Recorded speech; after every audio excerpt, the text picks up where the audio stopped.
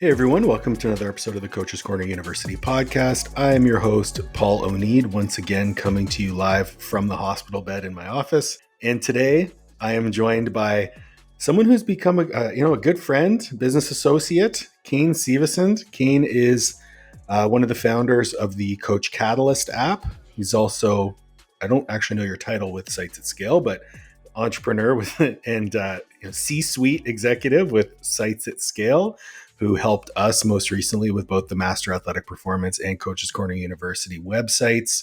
Kind of a jack of all trades, but I'm really interested to dive into his career path, obviously starting as a collegiate athlete and then into coaching. So Kane, welcome to the podcast, man. Yeah, thanks, Paul. Thanks a lot for having me. Looking forward to it today. That's my pleasure. We had to reschedule a couple times. Yes, a couple times because you're a father. Another time because I blew my knees apart. But we're here, and I'm really excited to dive into this. So maybe let's kind of frame the conversation around your journey, and it's one that is quite different, right? You get into coaching, obviously, owned a gym, then got into the tech space, and then you further pivoted your career into that direction. So I'd love to hear maybe a bit more in detail of how that happened. Yeah, I mean, it has been a journey, been a long journey, but I mean, I was an athlete growing up, right? I'm guessing, like you, a lot of other people listening, I played all different sports. I gravitated towards basketball and volleyball at the end, mostly because you can't tell, but I'm quite tall, right? Kane is 7'4". I'm 6'6", not quite 7'4", but getting there, maybe one day, right? So obviously basketball and volleyball were the best kind of that my skill set went to. This was, over 20 years ago, right? I was probably better at volleyball than I was at basketball, actually. But men's volleyball, there weren't many opportunities, right? There just wasn't that many colleges offering it. There wasn't that many scholarships. It just wasn't there. So I played basketball. I played at a D3 school called Gustavus Adolphus in Minnesota. And while I was there playing, I met, a teammate, one of my college roommates named Trevor Whitwer. And both he and I really connected over like fitness, over, hey, we're always going to the gym. We're always trying to get better. We're always trying to like become more athletic, trying to get stronger for basketball. And that's not a common thing for basketball players. We don't like the weight room, right? We like to grab a ball, go out to the gym, shoot around, work on our skills. We don't want to go to the weight room. Did you, when you were coming up, were jump soles a thing? Oh, yeah, I had a pair. You had a pair of jump soles? Me too, man. Yep. And the Achilles tendonitis to go along with it. Yes. I was the shooter, right? I was not the athlete. Okay. I did everything I could to jump higher, but as soon as like dunks are worth 3 points, I'll start doing them. But I'm just going to stay at the 3-point line for the time being. But we gravitated towards fitness, and then after college, I went to Loyola University and got my MBA in sport management because I wanted to become an athletic director. Like that was my career path I wanted to go down. I really wanted to mix sports with business. Spent a couple years there, became like the assistant athletic marketing director, and realized I did not want to sit at a desk all day and work games at night. It just did not work for me. And so I pivoted and went to work at a gym right away because I just loved fitness. So I was still reading T Nation every day. I was looking at stuff from like Mike Robertson and Eric Cressy and all these guys. So I went to work at a gym, and the owners were actually looking to get out. And within 9 months, I went from like pretty much intern at the gym to owning the place. And so I kind of took over this struggling gym and turned it around and ended up owning the gym for almost 8 years, I think it was. And we were a semi-private personal training facility. So working a lot with baby boomers, trying to get them to move better, feel better. We had a lot of athletes too, but our main population was baby boomers. And during that process, I figured out, hey, you know what? We are having the toughest time keeping our clients accountable outside the gym, right? When they're at the gym, it's great. They're there, they're focused for those 3 hours, but the other time is what really matters. And we tried handouts, we tried Google Sheets, we tried text messaging, we tried all these things and nothing worked. And so finally, I was still in contact with Trevor, who owned a gym up in Minnesota. And finally we got together and said, we're going to start a software company, right? How hard can it be? So 2 guys who don't know how to code and know nothing about software start a software company to help coaches hold their clients accountable. And it was it was bad right away. It was really bad. It was super basic. It looked ugly. You could basically set one habit for one client a day, and that was it. but we hit a chord. Like people wanted it still, and they started paying us money for it somehow. And so we knew we were onto something, and we slowly, morphed it and grew it and turned it into a full blown coaching software. And I mean, 8 years later, we now work with thousands of coaches. Almost 500,000 end users have gone through the software, Holy gotten shit. coached on it by a coach. And it's, two guys who are really just coaches now have this growing software business. I can tell you that there's like low level jealousy on my part because I did like the same thing, right? I got one of my buddies, knew nothing about code, had this idea for an app, invested a shit ton of money in it, and then just Yeah. essentially ran out of money. Um, and so I obviously don't have an app anymore, but I can tell you, like, we use Coach Catalyst at Master Athletic Performance, who recently transitioned from just using Google Sheets. And for us, Yeah. Google Sheets did the job. And it was Yeah. actually a pain point of mine that I didn't think service delivery was a barrier for us. But having everything in one place for us, an end user, for a client, makes it so much easier, so much less headache. And I think it's just a bit more of a professional approach to have an app with your company's logo on it Yeah. that, you know, someone could say, oh, like I'm working with Master Athletic Performance. They have their own app. Yes. And It's just, so, like, what were maybe the steps from obviously that first one habit a day to MVP kind of uh, app into maybe the next iterations into what it is now? So I'm sure there've been a lot. yeah. I mean, we started with so I live in Madison, Wisconsin. There's a big, University of Wisconsin was right here in town. We started with a student group, the student like engineering group at Madison. We went to and said, hey, help us develop this software. And I think we paid them $1,000. And 9 months later, we had nothing, right? Because they're students, right? They were looking to get jobs. They were trying to focus on their finals and their other stuff. So basically, we just wasted almost a year and got nowhere. And we finally said, okay, we need to actually work with a dev shop. And so we went and worked with a dev shop here in town. And in my mind, it was like, okay, this will cost $10,000, and we'll have everything built. Right? That's all it'll ever cost. That's all the capital we'll put into it. We'll do some marketing, and like we'll be off and running. $10,000 didn't get you much. 10,000 quickly became 15, quickly became 20, and up from there. And pretty soon we were pouring in a ton of money. And luckily, both Trevor and I had our profitable gyms, right? Our gyms were funding Coach Catalyst. This wasn't our main thing at the time. It was honestly our side project. And so we were lucky enough to have that situation where we had a fund source coming in, being able to bankroll it. The other thing I think was super unique is we're bootstrapped. Never taken on any money, never raised any money, nothing. A bunch of these other software companies that take on money, they almost, it sounds crazy, but they almost have too much money. They don't know what to do. Yep. They build everything and anything because somebody might want it. And we had to be very, very focused on what we built. We only have $5,000 this month. What's the biggest impact we can build into the software that's going to help our coaches or make our clients' lives easier? And that's what we did time and time again. And so it was a really, really slow process. But what I think really helped is at the end, we didn't have this bloated software that has everything under the hood. We were very intentional what we did right away. Now, over the years, it became more and more robust, right? We realized, hey, we're not a habit tracking software. That's not just what we do. That's what we started as, but we needed to add workouts. We needed to add, integrations to nutrition trackers and wearables. We need to add payments and give online coaches the ability to run payments. We need to add, check-in forms and all these other things that a coach actually needs. But it was I like to say, very strategic and very kind of pointed of what we built that's going to make the biggest impact in coaches' lives. So that highlights something that I try to instill in the coaches that I work with who are working on any sort of project, in that you can't take this approach where you're building the thing that you think people want. Yeah. You have to build the thing that they tell you they need. And the only way you can do that is to actually put a product on the market and gather feedback.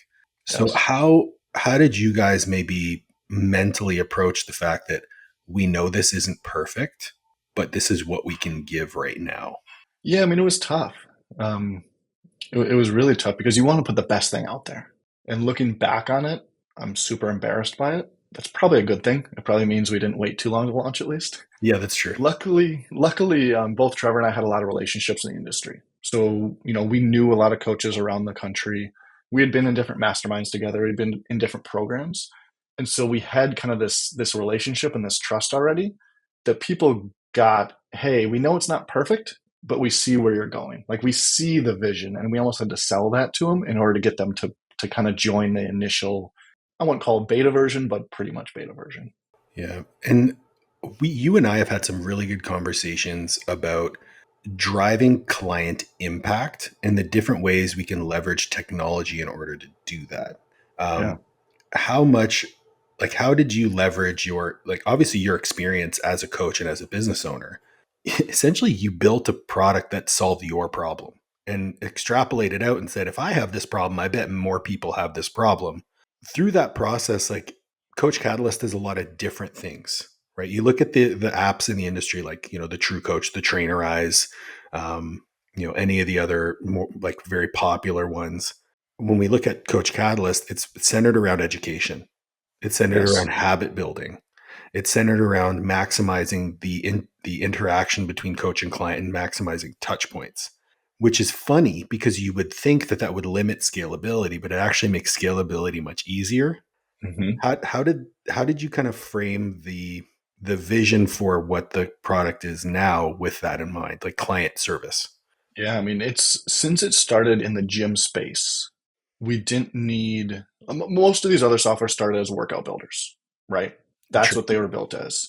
I am like Trainerize, True Coach. They were workout builders who then eventually added other things, but that was their core competency. And generally speaking, they were built by somebody who runs software. They weren't built by an actual coach Yeah, generally.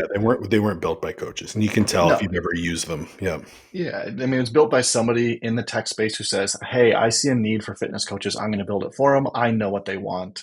And they look great and they're flashy and have a bunch of stuff, but at the end of the day, it doesn't always get done what you need to do as a coach. For us, we actually went the opposite way.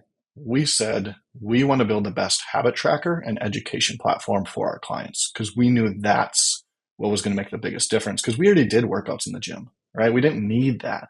We didn't need that aspect of it. And so we went at a completely different angle, and that was our core competency for the longest time. And then really COVID hit, and that accelerated our path towards a workout builder, right? Right. Because then everybody needed to have workouts at home or online or at the touch of a button. But even our workout builders is different, right? It's made for speed. It's not meant to track every single little variable that coaches think they need and never actually going to ever look at. It's meant to be, I mean, I was fastest writing a workout in a Google Sheet like you, right? I can just type it in really fast, boom, boom, boom, sets and reps, and we're done. And that's kind of what we took as the approach instead of how many bells and whistles can we put on this thing? Okay. This is a fantastic opportunity to dive into something that I think is so overblown. You talk about, metrics and biofeedback and effective reps and fatigue management and all this sort of stuff. Yeah, I totally believe that there is fantastic literature to support why these things are important. Mm-hmm. But the number of people that actually applies to is like 0.01%. It's almost like you said, we're going to build this for the 99.9. And if someone else wants, like, that has to have played into the decision making. It's like, Oh why would I yeah, cater to this highest level of person when most people don't need these things? no, and it's exactly right. Honestly, the thought we had was let's build the Nintendo Wii of workout builders. Oh, Right? There are gamers who like much better, systems, much more, better graphics and everything else. But 90% of the population loves playing Nintendo Wii, right? It's easy. It's easy to get into. You can just jump right into it and understand it right away. That's what we went to when we looked at our workout builder because 90% of the population who works out needs consistency. mm-hmm. Did you do your workout? Did you go to the gym day after day? Did you consistently do it? They don't need to know, their total volume spent that week. They don't need to Yeah. know like what's their 85% rep max of their bench. No. Like yes, there's a small population. There are strength athletes that need that. Yes. But there's better platforms out. Like if you're working with those people, don't use Coach Catalyst. I will tell you that we're not good at it. Here's the thing though, and that like I wanted you to say that because I think it's important not to undersell the product because I do coach a lot of high level strength athletes. It's just a matter of typing a little bit extra Yeah. and just doing the math. Like Yep. the other thing is Coach Catalyst allows for a lot of metric tracking. And I'm not trying to Mm-hmm. turn this into like a pitch for the app, but the reason I'm trying to highlight it is if you're searching for the perfect tool, you're not going to find it. No. And at the end of the day, this is a line from Dr. Trevor Cashy that I loved. It's like I did a podcast with him and he ripped my language apart because I was like, well, my athletes and my Gen Pop. He's like, man, all athletes are Gen Pop. And it's true. And if you're able to track biometrics like resting heart rate, steps, perceived stress, all of these other biomarkers, both subjective and objective, do you really need to know what someone's load volume was that week? No, you do not. So I think bringing it back to simplicity almost allows you to dive a bit deeper into the person that you're involved with. And when you add in the habit tracking or the activity tracking, you really get a sense of, well, hey, like your recovery wasn't great this week. Maybe that's because you didn't get any steps, Yeah. not because you did too much volume. No. I mean, out of the clients that I've coached in my life, and it's been probably 500 plus people, I've never met anybody who like overtrained, who trained too hard.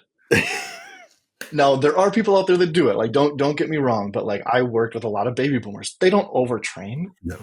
They're just too stressed out in their life and don't move.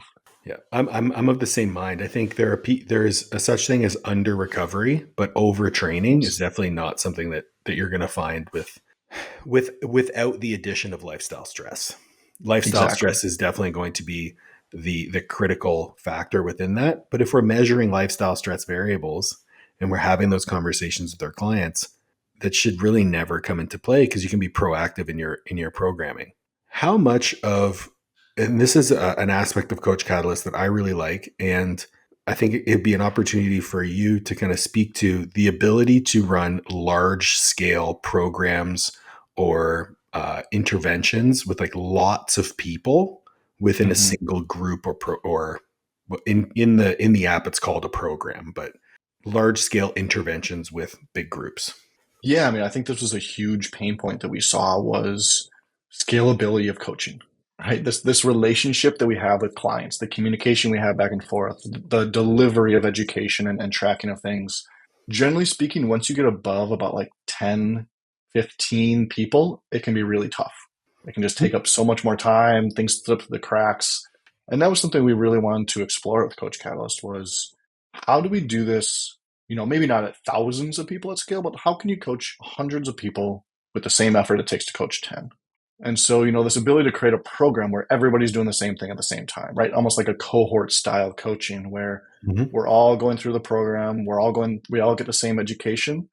You can still tweak things individually. And that's what we want to maintain is I can still go into Jimmy's account and I can change his workout or I can change his lesson slightly, but everybody else is going through, the same content at the same time, which gives me as a coach it's much easier for me to coach everybody. It's much easier for me to communicate with everybody. I can set up all the like, hey, here's the questions that were asked this week and send it to everybody in mass.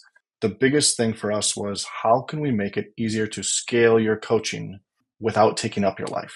Because that was the thing. Like as coaches, we give. And at some point we got to have our own lives too.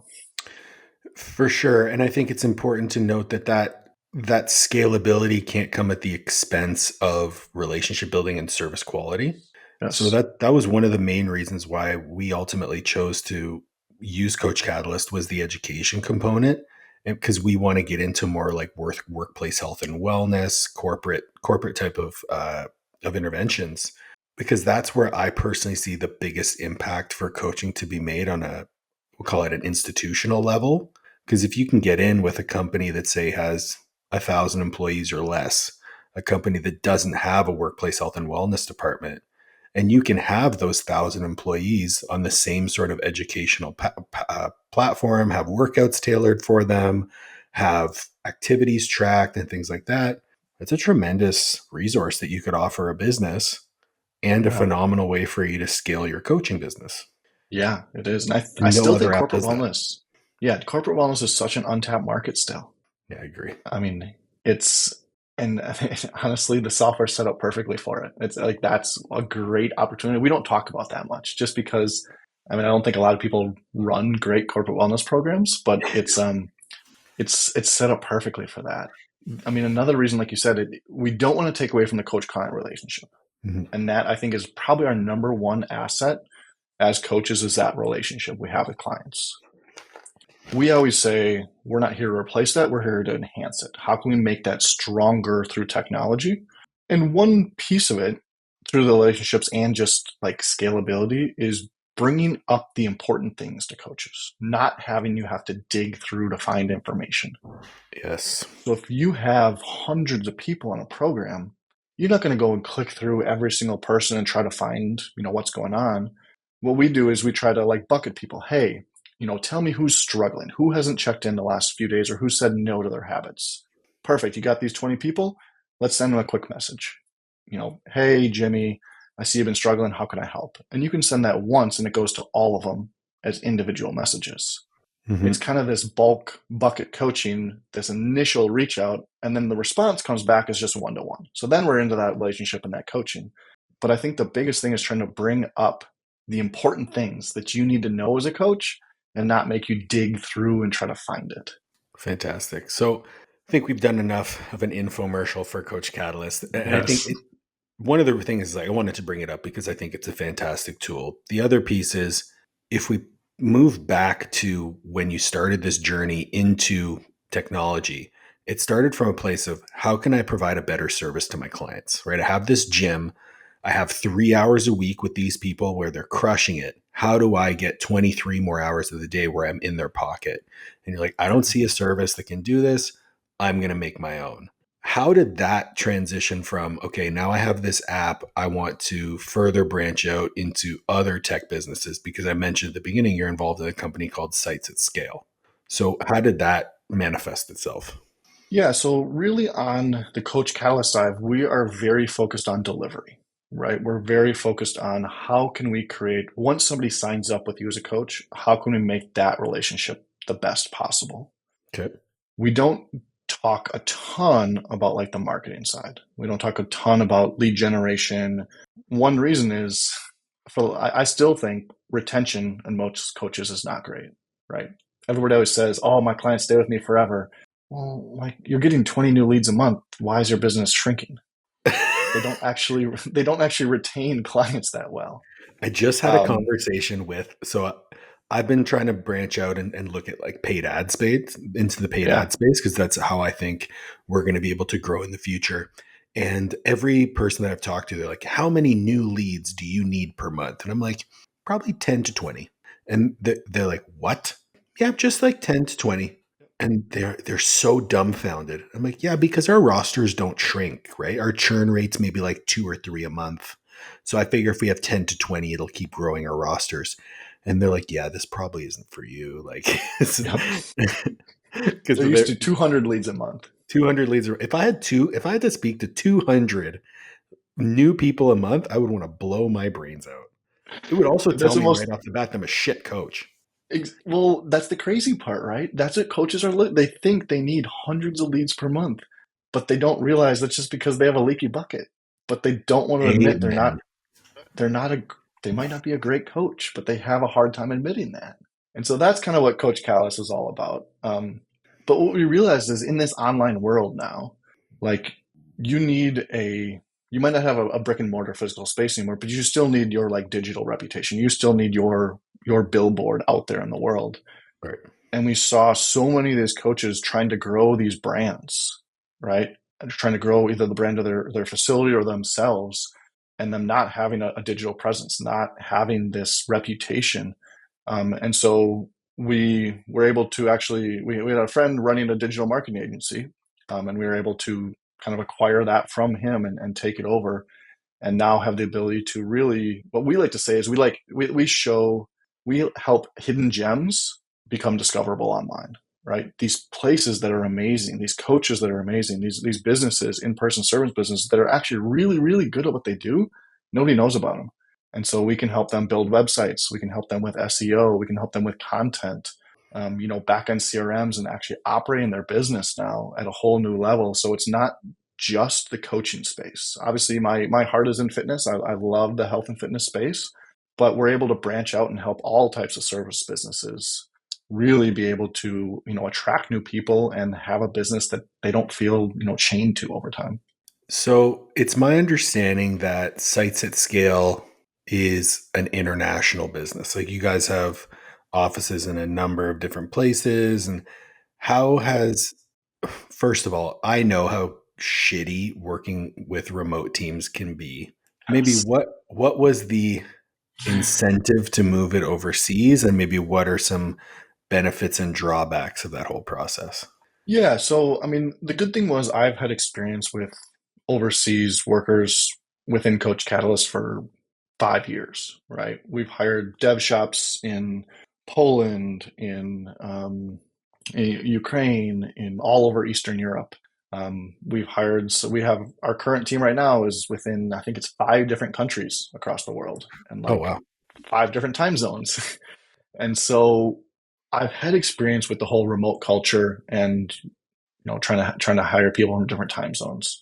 Our marketing team was in the Philippines for Coach Catalyst. They were already there, associated with Sites at Scale, and so we kind of had an in, and we kind of knew the business already, Uh, and we had a relationship with a bunch of people there. And so the transition to actually, our main office is in the Philippines. We also have an office in Australia. We have, people here in the US working. So we're across those three main continents. And the only thing that's different is the time zone, right? I think a lot of people perceive overseas workers as not as talented. Hey, they're a VA, right? Hey, they just do my work I don't want to do. And that's not the case, honestly. They are just as talented. Our team is extremely talented from anybody I've met here in the States. They work just as hard, if not harder. And they're really bought into the mission. And I think it's been very eye opening to see, oh my gosh, like people position overseas workers a certain way, and that's not the case. Like these are team members. Like they're not contractors, they're not VAs, they're not assistants. Like they're part of our team, and they help us deliver an amazing service to clients. One thing that I found that was really challenging was, and maybe this is coming from a position where we had no experience in the tech space, but communicating what we wanted versus what was actually given to us was Yes. such a frustrating endeavor. Yeah, I've had to learn that. I've had a lot of mistakes, right? It Yeah. was especially on like the software side. It was originally, hey, I want let's put a button here. There you go. There's a button. That looks terrible. You said put a blue button. I put a blue button. Yeah, exactly. It's like, no, well, like, no, I meant like put a green button with that looks like the other ones in this shape and it goes with it. Well, you said put a blue button. Um, it's made my communication. It's made me work on my communication a For lot, sure. right? We have to be very, very explicit with exactly what we mean and what we say and what we want to have happen. Um, but I think it's also like our team has grown both on the Coach Catalyst and Sites at Scale side a lot with us, where we've gotten a lot more to, okay, here's the outcome. This is what we need at the end. How you get there, you know what? That's somewhat up to you. I can help coach you along that way, but how we get there is okay. This is the outcome we need. That's the final product. That's what successful looks like. And if we can paint that picture really, really well and very, very clearly, they can get there. And it might be a different path than I would take. And sometimes it's a better path. Sometimes it's a worse path. But that's a learning process along the way. And that's, I think, what helps them grow and get better. So there's two questions that come to me from that. The first one is it seems like there's a lot of parallels to be drawn between working as part of a team and being a coach, right? Being a leader, Yes. establishing what that end product needs to be, developing the runway to get to that end product, and then communicating that to the people involved. How has it been shifting from just working with you and Trevor to then now being a leader of multiple teams? How has that transition been for you? What have maybe been some of the learning, we'll call them missteps, or big wins for you along the way? Yeah. I mean, it's really pushed me. Definitely. Like this has been a growth opportunity for me on both sides, both companies, which is, I mean, that's kind of, I think, what we look for as people who, as leaders, we want to grow. Like we want to be challenged and pushed outside our comfort zone. I think that's what, true leaders look for, and that it's definitely happened. Um, it has become, my position has changed to coach, right? To kind of much more leader. On Coach Catalyst, it was just Trevor and I for the longest time, and we did everything. Mm-hmm. We had to do everything. Right. Hey, we need to do a lead magnet landing page. I'm gonna whip out my computer and figure it out. And that's kind of our mindset, was figure it out, and that worked. Eventually we were able to grow our team of Coach Callis around us, which has been great. And we're up to, I think, 12 to 15 people Oh, on yeah, our those are team, my questions. How big's the team now? including our dev team. It's about 12 to 15 people. Awesome. And we have some amazing team members who have taken a lot of that off our plate, right? And we've been able to focus a lot more on, okay, how are the marketing channels? How can we keep growing the company? Partnerships. What's the vision for the software? Like, where do we want it to be in the future? And help our team, help us get there. I mean, the Sites at Scale side, it's different. We have 88 people. Like Holy shit. it's a big team. And the big difference is, on Coach Catalyst, I built it, right? Trevor and I built it from scratch. We know every single thing that goes on in the company, and we kind of were the ones who originated. So there's a lot of knowledge stuck in my head still that I'm trying to get out for other people. I can become the bottleneck too much in Coach Catalyst because there's just things I just inherently know that nobody else really understands yet, and I haven't gotten them out of my head. Sites at Scale, I didn't build that. I did not build the company. So I can't just jump in and fix things. So it actually pushes me as a leader to become a better coach, a better leader for people, and help them do the job better, instead of me just saying, oh, I'll just do it, right? It's just quicker for me to do it. So it's actually helped me a lot on both sides, both companies, to be able to step up a little bit more and to be able to help lead the team more, instead of just, oh, I'll just jump in there and do it myself. It's funny that doing more for you now has come away from doing more. It's like you're going to get more out of doing less. Yes. And it's hard. It's really hard. How has it Like, been working in a partnership? You hear horror stories all the time. Partners dissolve companies, or have toxic relationships that actually ruin things. How is it, like, number one, you and Trevor don't live in the same spot? How were you able to put together a relationship, divide responsibilities and that sort of stuff? yeah, I mean, I think a big part of it was we played basketball together for 4 years, lived together in the same house for 2 of those years in college, Hmm. right? I think sports can teach you a lot. Being a good teammate, understanding, and we had just a chemistry even back then. Like, I just knew where he was going to be on the court at all times. He knew where I was going to be. Like, we were just very dependable, and we were very, very different players, but we played off each other really well. And I think it actually transitioned into the business world almost exactly the same. We're very different. We Hmm. have different strengths. We complement each other well. We're not the same person. We're not the same strengths, which helps. I think if we were exactly the same, we would butt heads a lot. We Oh, would, yeah. things wouldn't get done because nobody wanted to do it, type of thing. But we actually Mhm. complement each other very well. And in that case, we know it's not perfectly equal all the time, right? Somebody's going to be doing more work over here, more work over there. But in the end, we're both putting in exactly what we need to grow the business. And I think I've been very, very lucky in all my partnerships. I've had multiple partnerships over the course in different companies, and I've always looked for that complement, right? I don't want to work with people Mhm. who are like me. If there was a bunch of Kanes in the company, we'd be a bad company. Like, it just, it would not be the right way to do it. But if we have complementing people and we understand our roles, it's going Yeah. to work well.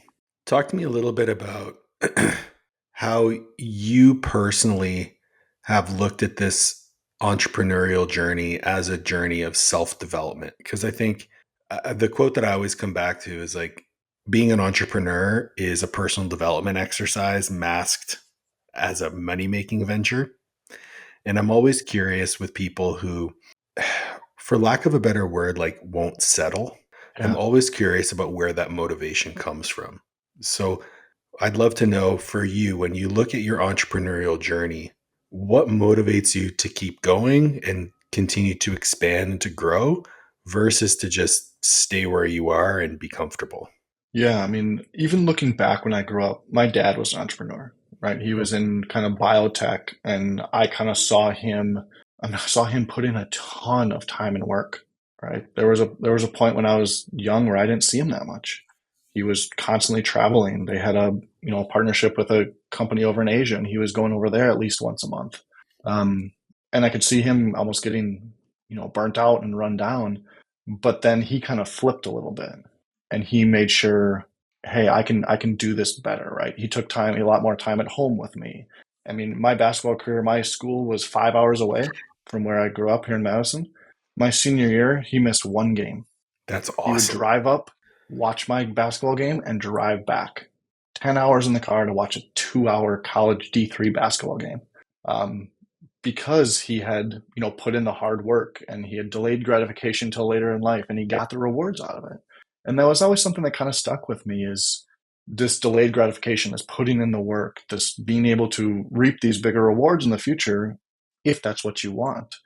But it wasn't always about the money, right? I mean, I can tell you right now, like I could probably go and get a job somewhere and make more money some years than what I do in my businesses. But there's also this enterprise value we're bringing, this bigger outcome that we know can come too. But for me, it's still this growth, right? I want to put myself in a position where I need to grow, and I don't think going to work at a company always does that. But what is stopping you from just, all right, Coach Catalyst is what I'm going to do. I'm just going to do that and I'm good with that. Like what motivated you to take on the role with Sites at Scale and be like, yeah, I want to be a part of another business and add more to my plate? Cuz like look, I'm the same. I have that same drive. It's like, Yeah, man, I make great money coaching. Cool. I want to get into education. Okay, I'm doing a little bit of education. I want to get into mentorship. And then I want to do podcasting and I want to do this and I want to do that. And honestly, the way that I validate it to myself is that I'm having fun. yeah, And as long as I'm having fun, I'm going to keep doing what I'm doing. And does that mean I'm always having fun? No. But I'm always curious as to where that comes from with other people, because I've spoken to some entrepreneurs. They go, man, I'm always looking to get out of my comfort zone and looking for that next challenge. I'm like, okay, I get that. Then you have the hmm other people who like, I want to prove the haters wrong. And in my head, I say, well, you don't really have haters, man. Like, relax. But yeah, like, where does that come from for you? Is it just seeking yeah. growth opportunities? It's curiosity. So Oh, have you ever taken Strength Finders? One of those, tests that kind of give you different, kind of like the DISC assessment, but different. I've done personality assessments. Yeah. Okay, it's kind of like that, but it gives you different things. And my top one on there is learner, right? I love learning new things. Okay. If there is, hey, we need to figure out how to record a podcast or start a podcast. I love diving into that and figuring it out and learning more about it and kind of going down rabbit holes. And so I think it would be easy to just kind of sit and coast with especially with Coach Callis, right? Hey, things are going great. It's churning along. We're growing. And I don't want to say I get bored, but I just love learning new things. And so when Mhm. another opportunity presents itself that can cause me to go down a different path and develop more knowledge or just be more curious about it, I love kind of diving into that. I think, and that's awesome. I think it's a phenomenal way to look at it, because if you find something that piques your interest, fucking dive in. But then the follow up question to that is, when is enough enough? Right? When have you learned enough? Especially Yeah. because you're a husband and a father, so Yes. I'm sure that plays a role in it as well. Yeah. I mean, I've gotten myself in trouble since I want to learn things. Even on the Coach Callis side, it's like I've done things that I shouldn't have probably done in the company. We have team members who are better at it than I am, who are more suited for it than I am, but I've dove into it because I want to learn it. And so Um, there are times when I have to pull back and say, no, like this is not my place. Um, I don't need to know everything about it. Right. And so what I've started doing is trying to dive into, I want to learn the first 10 to 20%. Right. I want to get that. And then almost the last 10%. And I want to have somebody on our team help me in that middle, say 80%, so that I don't have to spend all the time diving into it and learning and all the research and everything. They can do that because they're really, really good at it and better than I am. But then we can still get the end product out that kind of like I feel good about too. Um, but yeah, I mean, I try to be very focused at home too. Like I said, I'm a father. I have two young girls at home. My wife is amazing. I try to make sure every day by like 4 or 5 o'clock, I put my phone away. I go and I spend time with them. I spend dinner. I do bedtime. I put my kids down every single night that I'm home and not traveling. Amazing. Um, but then usually it's after bedtime, I kind of jump on calls with our team across the world. Hmm. And so it's this balance of, I don't believe there is like work life balance all the time. I think there are different phases of life, For right? There's sure. different phases where we have to be very, very focused on one thing and then, focused on another. And it's more like a pendulum, not just this perfect balance. But when I'm home and when I'm with my kids, I try to be as present as I can. I think so. The reason I asked that question, number one, kind of selfishly, because I want to start a family and I want to know how guys who Yeah. have families do it, right? But I Right. think the other end of things, you mentioned work life balance. I think work life balance is kind of a crock of shit.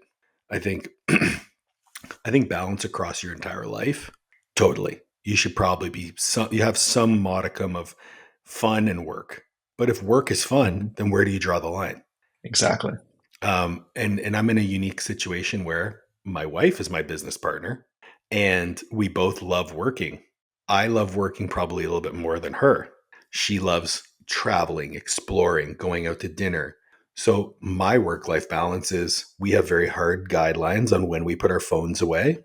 When we're sitting Mhm. together, we're together, and creating a general like line in the sand as to what constitutes work and what constitutes relaxation and pleasure, like pleasure enjoyment time. And Yeah. I think it's funny enough, going through this injury kind of gave her a glimpse as to, not to infantilize myself, but like she had to take care of me. Yeah. So she actually came down one night and we were talking, and she's like, when we have kids, I can't work this much. And I was like, okay, cool. And in the back of my mind, I'm like, okay, how do I set up my business so I can make a little bit more money to counteract what she's going to back off from, while still not destroying myself with work, so that I can still be a father? And you go through all these things. Um, so in framing it like that, has being a father kind of changed your trajectory of business or goals, or have you kind of found a way to integrate your family into that process? I don't think it's changed my goals, but it's changed my behaviors. Definitely. Okay. I don't, I think in the past I would have spent more time working Mm-hmm. when I really wasn't actually doing anything. I was researching or messing around or, diving into something. Like it's not actual working, Yeah. right? I was busy. I was keeping myself busy thinking I was making that difference. Mm-hmm. Um, I think when you become a new parent, whether a new dad, new mom, whatever it is, you become very, very efficient with your time and you realize what's important and what is not important very quickly. And I think that's what's changed for me the most. Um, I still have very, very high goals, probably almost maybe even higher now that I have kids. I mean, I see these young beings that I feel like I want to take care of. I want to provide for them in the future.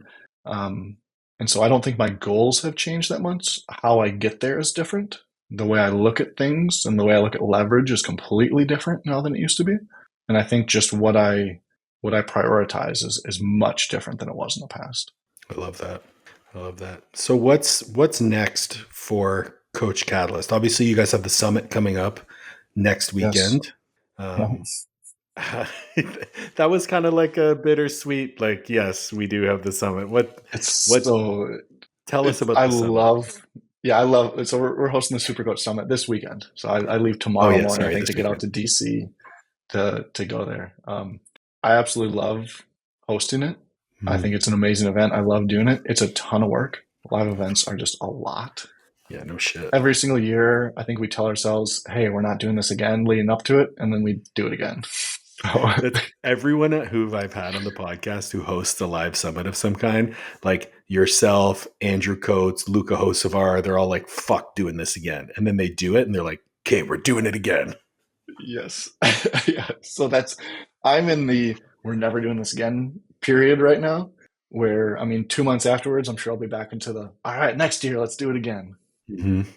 Um, yeah, but we have the Supercoach Summit coming up. I think the biggest thing that we're diving into for Inside Coach Callis is kind of what I mentioned before, is this idea of bringing the right information to the tip of the coach at the right time. And we've been diving much deeper into what we're calling Smart Coach. And it's, this ability to set different criteria that you want to be reminded about. Hey, when a client enters a weight that changed by more than 10% from their last one, let me know. Hey, when somebody, signs up for this program and has this tag, let's send this message to them, or let's add them to this other piece of the software. Really trying to connect the different pieces. Because right now it's still kind of siloed, right? We have our programs, we have our resources, we have our messages, we have different nutrition, and it's trying to integrate that as best as possible and give you as the coach the right information at the right time. I think that is the deepest part, along with just getting our name out there more, right? We've been at this a very long time, longer than a lot of the other softwares, but we put so much effort into the product that we didn't always push marketing as much as we should have. And now it's time to flip that and get our name out there as much as we can. That is ultimately the most challenging piece, because that's the one that costs the most money. It does. It does. I don't know. Development is pretty costly too. So Yeah, development's pretty costly, but we got into a position for us where with our app was called MetroLife, and it was we spent, hundreds of thousands of dollars on development, and then we were like, okay, buy it, please. Yes. The old, if you build it, they will come doesn't happen, does it? It doesn't happen. It doesn't happen.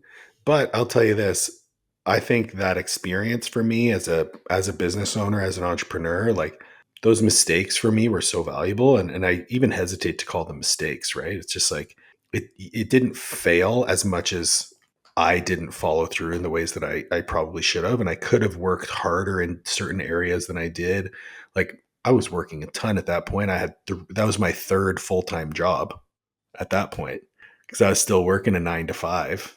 And so actually at that point, so I was working for an insurance company and doing disability rehab. So I was basically coordinating treatment plans for people who were coming off of disability. And because I was living on the West Coast, I started my workday 2 hours before. So I'd be up at 4 a.m.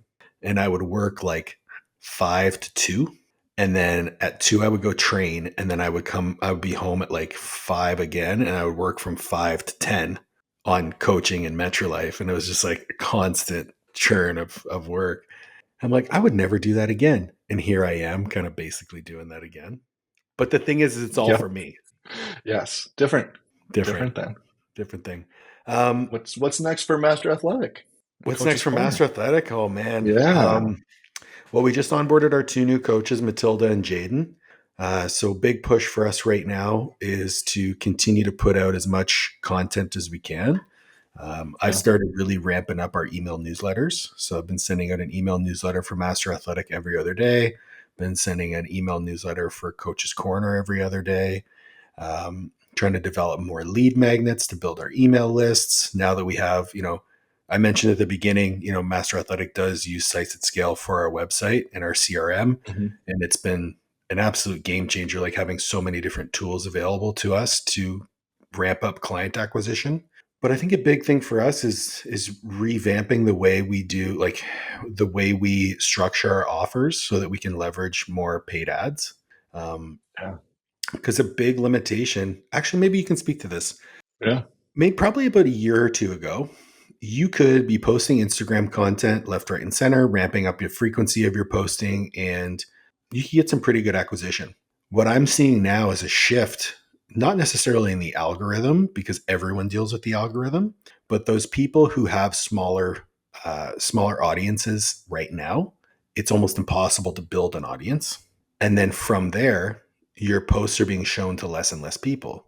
So the priority now becomes, okay, Instagram is like your business card. How do you get people from your business card into your ecosystem, meaning into your newsletter, into your lead magnets, into different nurture strategies? When you're working with coaches, is that what you're seeing as well? Yes. Yeah, huge. I think there's a misconception that people make a ton of money just off of social.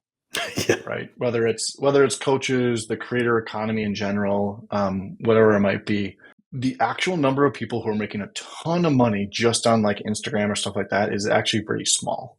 Where people make the most money, or is exactly what you said, they take them from these rented audiences, right? Social, Instagram, YouTube's slightly different. It's a little bit better, but Facebook, TikTok, all these are very rented audiences. And you have to move them to something that you actually own. I still think email newsletters are the best, right? You own that medium. People join your newsletter because they want to get a deeper relationship with you. Podcasts are kind of this in between a little bit, right?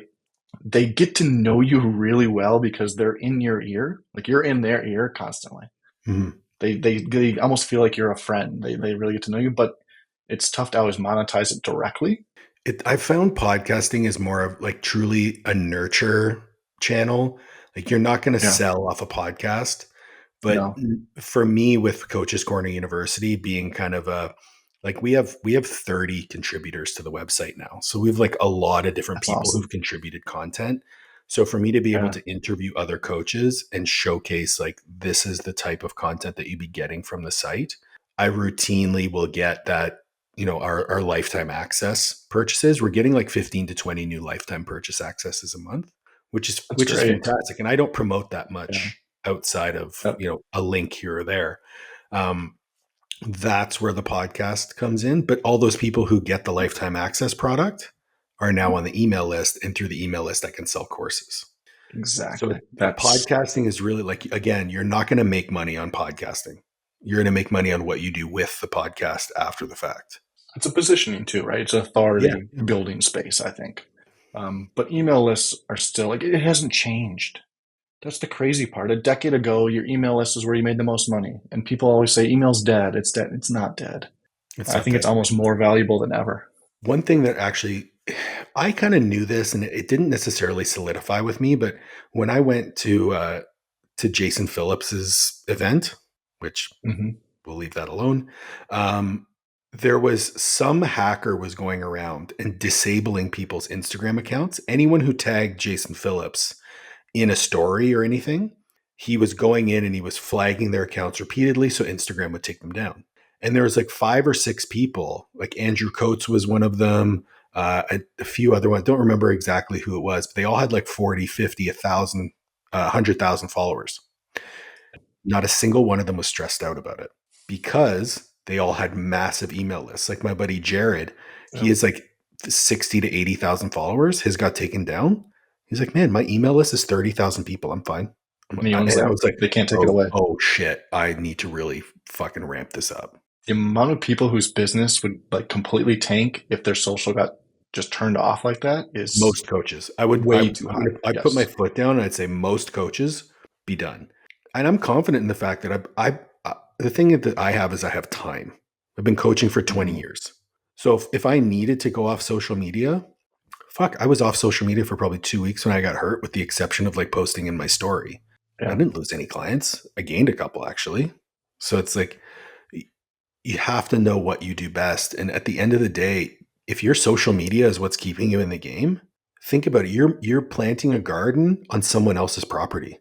Yes. It's not And going they to can do it. revoke that at any time. What if Instagram went down tomorrow? Kane, what would you do? I would be fine. I would enjoy it actually, but Yeah, if I didn't have an I'm not online a business, social media person. Right? no. You have what, 400 followers? I don't even know. It's a work in progress, right? It's something I got to start ramping up here. But hey, I have an email list of like 20,000 coaches, and I email that regularly, and that helps.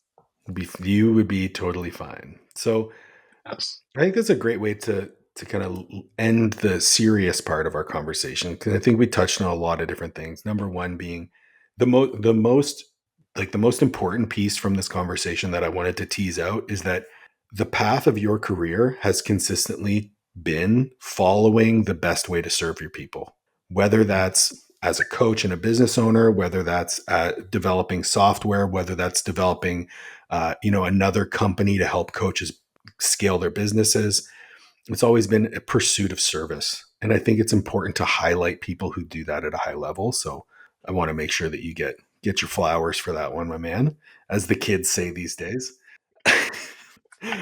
I'm hip. You see that? I'm hip.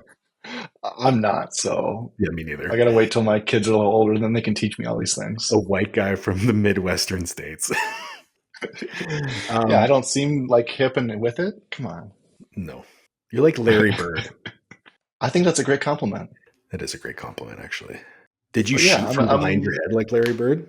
no, not quite that far That's back. But I tough didn't to have to, master. right? Yeah, that's true. I was a 6'6" shooting guard. I was a Like, 5'10" shooting guard, and there you go. yeah, so there it goes. Um, how did okay? When we look at the entire scope of fitness tech space, does Coach Yeah. Catalyst have the tallest C-suite executives? Yes. Because I Trevor's would six even seven, right? he's 6'6". We're like within a quarter inch of each other. We're gonna measure this weekend at the summit. We're gonna measure to see who's tallest right now because I still think I can get him by a little bit, but we'll see. I remember when I met you guys, I was like, "Did you meet at like a tall guy convention?" And you go, "Well, we played college basketball, so yes." Yes, it really was. Yeah, we used to our house that lived together, right? We're all basketball players. There was 6 of us total. We were all above 6'4", and one guy who was 5'10". Oh my And gosh. so we'd always like go to, college parties all together, and we'd kind of roll in and everybody would just sit there and like stare up at us, and it was fun. But I would actually say we are the tallest C-suite and the strongest C-suite. Mostly because our CTO is a Highland Games, won like Highland Games stuff and is huge. Oh, that's cool. I didn't know that. Like you think software developer and you think nerdy tech guy, awkward, scrawny. I mean, thick neck, ginormous, super, super strong. See, this is why we're I'm, involved with you guys, is you fucking get it. yeah, I'm easily the weakest of the entire C-suite of Coach Catalyst. Easily the weakest. All right. But Name your Mount Rushmore of NBA basketball greats. wow. Tough question. Four guys Okay. or girls, if you want to go WNBA. We're progressive. I am going to go. I'm going to go Michael Jordan, LeBron. Okay. I'm going to go Kobe. Ooh. This is tough. I'm going to go Larry Bird. You would go Larry Bird. I thought you were going to go I Shaq would. Diesel. No, I'm not a big Shaq guy. Really? No. I mean, I love him as a person. I think he's hilarious. I think he was an amazing talent for being that big and that nimble and athletic and Mm-hmm. everything. Um, and he was dominating. But as far as like an actual basketball player, Yeah, I don't know. I give it to I you. think Larry Bird was just so unique back then, and just he was way more ruthless than people give him credit for. That's true. What is one album that you could listen to all the way through, no skips? I'm not a huge music person, Okay. so this is tough. Um, oh, what was it? The Carnival, Wyclef, back in the day. Wow, I Great did not album. see that coming. Great album. One of my first CDs I ever bought. I could probably listen to that all the way through. And who is one person that you would like to see me interview on the podcast? But the caveat is that you have to help me get them on the podcast. Oh boy, who do I want to get you? Who do I want to see you in? Does it have to be in fitness? Nope. Doesn't have to be. I mean, the easy one is get Trevor on there and talk with him. I don't think you've talked with him yet, but that's too easy, right? That's It's too easy. too Yeah. close. Yeah. Let's see. Have you had Mike Robertson on? I haven't. No. I still think he is one of the smartest. He's actually one of the guys who got me into coaching. I followed his stuff way like when I was first coming up. Yeah. Bulletproof knees was like one of the first things I Yep. ever, got and looked into because I have terrible knees because I'm Hey, a me too. basketball player. Cool. Did yours blow apart too? No, just me? Okay. Yeah, I can't say that. You probably Oh, have I worse wouldn't knees wish than I this do on right now. anybody. Yeah. But I think he's just a super interesting guy who understands the relationship between performance and like rehab and how the body moves and the correct positions and stuff like that, and gives a very unique balance there, as well as training some super high level athletes, some super NBA players and soccer players, and just like general pop people. So I've always liked his stuff and always gravitated towards him a lot. Man, if you could make that intro, that'd be awesome. I'll do my best. All right. Kane, thank you so much for joining me today. I'll have links to where everyone can find you and Coach Catalyst and Sites at Scale in the show notes. But if there's one parting word of wisdom you had for the audience, what would it be? Keep learning, right? Keep diving into things that make you curious. I think that's one thing we've gotten away from as a society is this curiosity. It's Google's one click away. And we don't have, these arguments anymore about, well, no, this is what's right. This is what's right. It's just, okay, so let me check Google and it's done. And it seems to be the more curious we can be and the more interested we can be in people, the more interesting we become. And so I think that's something I kind of keep on the back of my mind. And I think the more people that can think that way and dive deeper and lean into that, I think the better all of us can become and the more we can all learn. I love that. Thank you so much, Kane, for joining me. Thank you, everyone, for listening. Please make sure to like, share, subscribe, ring the bell, and we'll catch you on the next one.